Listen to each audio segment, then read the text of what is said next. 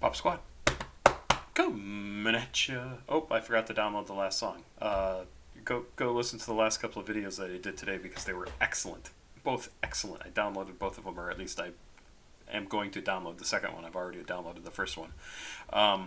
They were by Zay MIA, and the other one was, I just had it here, Rosie. So good. I got to download the Rosie one yet. This is going to be a song by Bright Eyes called "The Center of the World." This was sent in by Jay Jessel, Jesl, and they've also sent in a different Bright Eyes song a while ago, which we listened to. Bright Eyes is not rap hip hop; it's an alternative band from like the 2000s. This song, in fact, came out in 2000, so kind of older. It's Connor Oberst and a few other people. I know Connor Oberst's name from Bright Eyes, from NPR.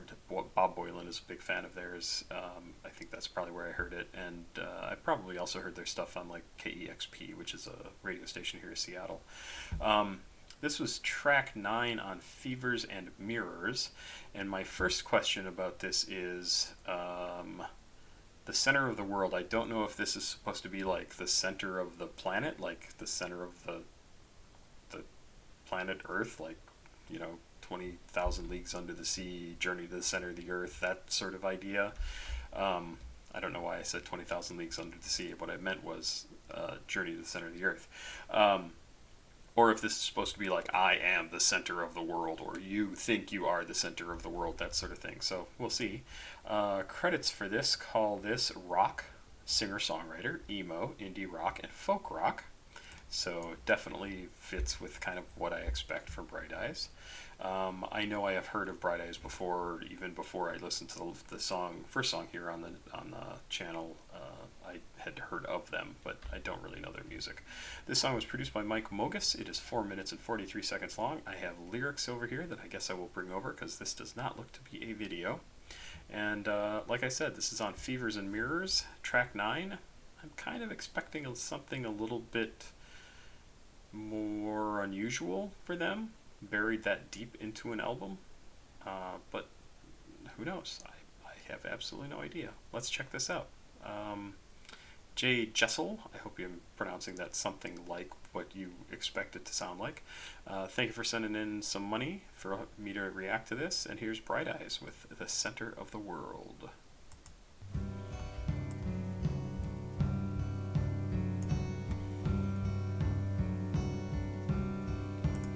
Not quite loud enough. Let's turn it up a bit.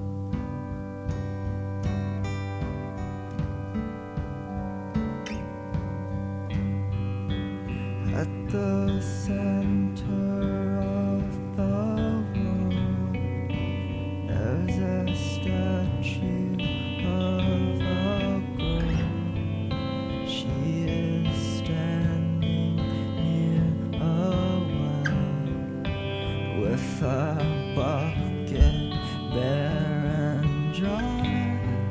I went and looked her in the eye, and she turned me into sand, this clumsy form that I despise. It scattered easy in her hand and came to rest upon a beach with a million others there.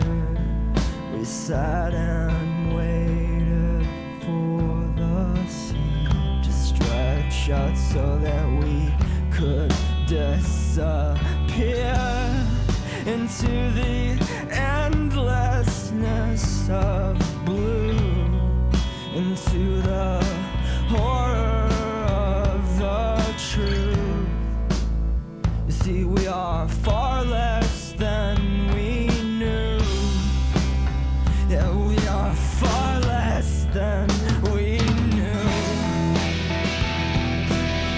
but we knew what we could take. That inclusion of the organ is very surprising in this. It just came in just a little bit in the background. It's really, really unusual to hear that. Piano, I would have absolutely expected, but organ, very, very different. This song, I have to admit, kind of is interchangeable with so much of the music that is kind of like this, and I hate saying that because I know it's its own song, it stands on its own, etc., but it feels very much like a song Bob Boilen would like, and I hate to say that because I actually really like Bob Boilen and the stuff that he's promoted over the years, but it just is this somebody with a guitar singing a song, very emo-y sort of sound, and doesn't add anything new. And I'm sorry if Bright Eyes is one of your favorite groups, but it sounds like so much stuff I've heard over the years. I like new stuff, and this is not giving me that, except for the organ. Then we knew, but we knew what we could taste. Girls found honey to drench our hands. The men cut marble to mark our graves. Said we'll need something to remind us Nice. of all the sweetness that has passed through us. The priest dressed children for choir, but I really like that key change and the way his voice became so much clearer. It was a really fantastic change. I love that. found no joy in what was sung. The funeral had begun. In the middle of the day, when you drive home to your place from that job that makes you sleep, back to the thoughts that keep you awake long after night has come to claim any life that still remains in the corner of the frame that you put around her face. 2 pills just weren't enough. The alarm clock's going off, but you're not waking up. This isn't happening, happening, happening, happening, happening. It is. Oh yeah. Okay, I take it back. This is so cool. I love how it starts. I mean, I'm just going to go back. It starts with this, right?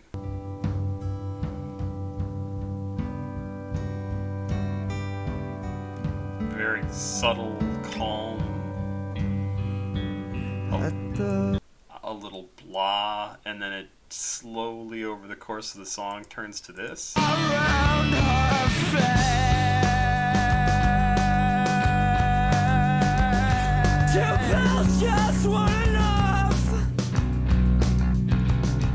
The alarm clock's going off, but you're not waking up. This isn't happening, happening, happening, happening, happening.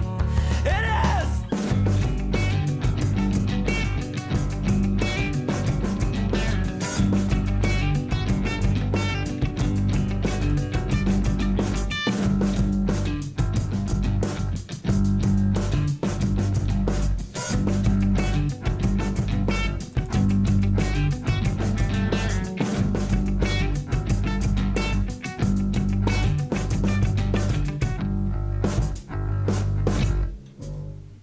Yeah.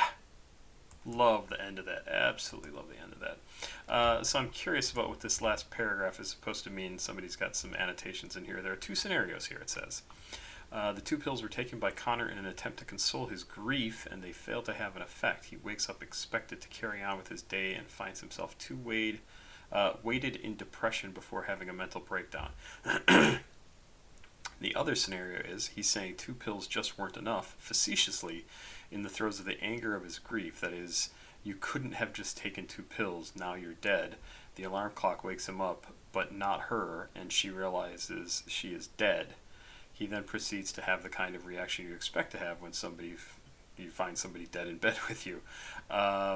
Really interesting. It changes. I'm not sure which of those scenarios is correct, and in fact, I almost think. Well, I would have to really read through this a lot more closely to see exactly what he's saying. Any life that still remains in the corner of the frame that you put around her face. 2 pills just weren't enough. The alarm clock's going off, but you're not waking up. This isn't happening. I guess I'd give this a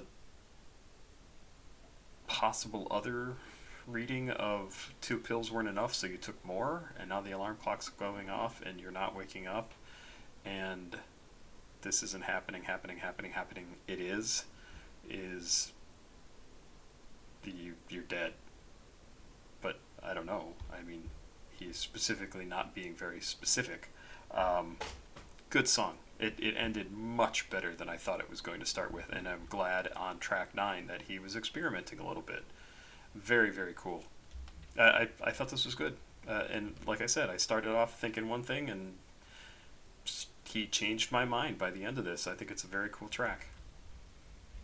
Very cool track. I'm probably going to download this too, because I enjoyed sort of the journey that he took me on with this.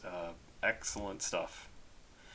Jay Jessel, thank you very much. Like I said, I don't do a lot of rock alternative stuff, but this is pretty good, and I like the last Bright Eyes song we did, so there you go. Pop Squat. Check it out. Please like, subscribe, and share. Have a good holidays, and today is Christmas Eve, so Merry Christmas, and I'll be back with some more music. Thanks again. Bye-bye.